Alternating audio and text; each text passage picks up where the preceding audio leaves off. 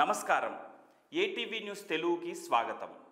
కోల్కతాలోని ఆర్టీకార్ వైద్య కళాశాల ఆసుపత్రిలో జూనియర్ వైద్యురాలిపై అత్యాచార ఘటన నేపథ్యంలో రాష్ట్ర ప్రభుత్వంపై పశ్చిమ బెంగాల్ రాష్ట్ర భారతీయ జనతా పార్టీ విమర్శలు గుప్పించింది.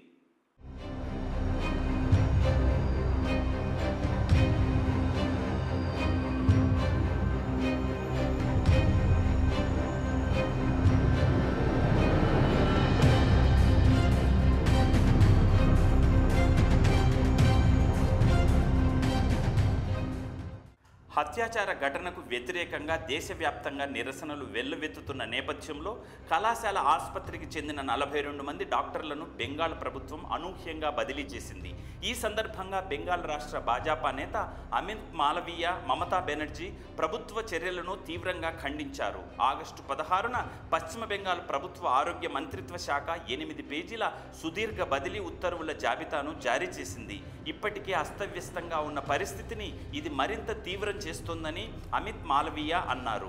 Kolkata medical college, Calcutta national medical కాలేజీల్లో ఆందోళనలు జరగడంతో మమత వీటిని లక్ష్యంగా చేసుకుని బదిలీలు చేస్తున్నారు అంటూ ఎక్స్ వేదికగా భాజపా నేత అమిత్ మాలవీయ ఘాటుగా విమర్శించారు. ఇప్పటి వరకు ఈ 2 సంస్థల నుంచి 5 ప్రొఫెసర్లను సిలిగుడి, తుమ్లుక్, జర్రాం కళాశాలలకు బదిలీ చేశారని, దీని ద్వారా సీనియర్ వైద్యుల సంఘాన్ని భయపెట్టడానికి ప్రయత్నిస్తున్నారని అమిత్ మాలవీయ ఆగ్రహం వ్యక్తం చేశారు.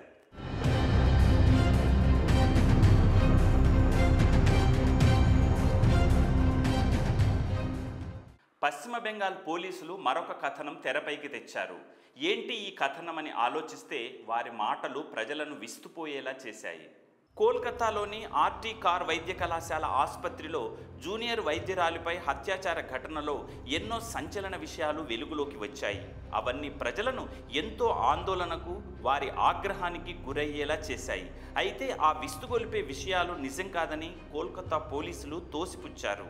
ఆ జూనియర్ వైద్యురాలి పోస్టుమార్టం ప్రక్రియ మొత్తం మేజిస్ట్రేట్ ఎదుట జరిగింది. దానిని మొత్తం వీడియో తీశారు. అందులో ఎక్కడా కూడా ఆమె శరీరంలో ఎముకలు విరిగినట్టు కోల్కతా పోలీసులు ప్రస్తావించలేదు.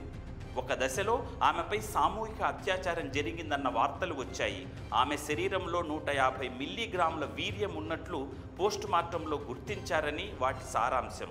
ఆమె తల్లిదండ్రులు కోర్టులో వేసిన పిటిషనే ఈ సమాచారానికి మూలమని పలు కథనాలు ఉటంకించాయి. దీనిపై కోల్కతా పోలీస్ చీఫ్ వినేష్ గోయల్ మాట్లాడుతూ 150 mg వీర్యం గుర్తించినట్లు కొందరు చెప్పారు. వారికి ఇలాంటి సమాచారం ఎక్కడ దొరుకుతుందో తెలియడం లేదు. ఇది మీడియాలో వివిధ రూపాల్లో చక్కర్లు కొడుతోందని గోయల్ అసహనంగా అన్నారు.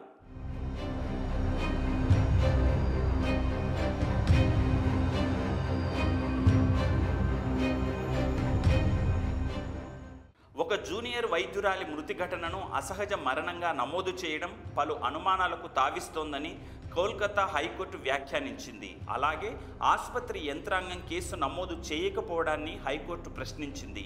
అయితే ఈ విషయంలోనూ గోయల్ మరోసారి అసహనం వ్యక్తం చేశాడు. మృతి ఘటనలో ఎటువంటి ఫిర్యాదు అందనప్పుడు పోలీసులు దాన్ని తొలుత అసహజ మరణంగానే నమోదు చేస్తారు. ఎవరైనా ఫిర్యాదు చేసినా లేక పోస్టుమార్టం నివేదిక ఆధారంగా అది హత్య, ఆత్మహత్య అనేది ప్రస్తావిస్తారు. అసహజ మరణంగా కేసు నమోదు చేయడంపైన విమర్శలు రావడంపై కూడా గోయల్ స్పందించారు. ఎలాంటి ఫిర్యాదు లేనప్పుడు అలా నమోదు చేయడం చాలా సహజం. అసహజ మరణంగా నమోదు చేయడం ద్వారా విషయాన్ని దాచిపెట్టి ఆత్మహత్యగా చూపించాలని అనుకుంటున్నామని ఎందుకు చెప్తున్నారో అని గోయల్ ఆగ్రహం వ్యక్తం చేశారు.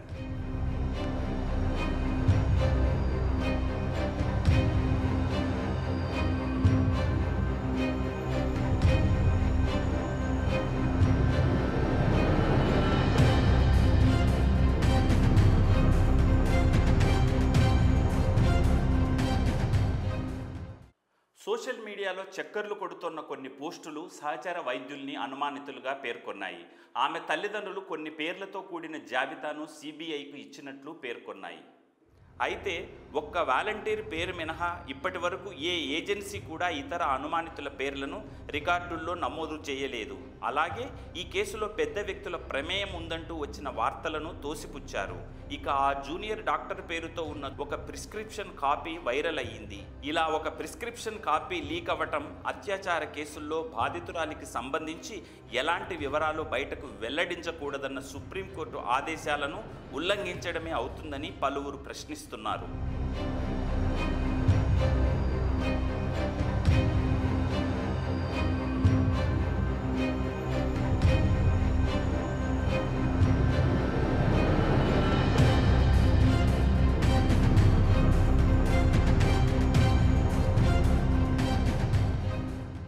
మొత్తం మీద జూనియర్ వైద్యురాలిపై అత్యాచార ఘటనను నీరుగార్చేందుకు అనేక రకాలుగా ప్రయత్నాలు జరుగుతున్నాయనటానికి ఇవి కారణాలుగా చెప్పవచ్చు అని ప్రజలు అనుకుంటున్నారు.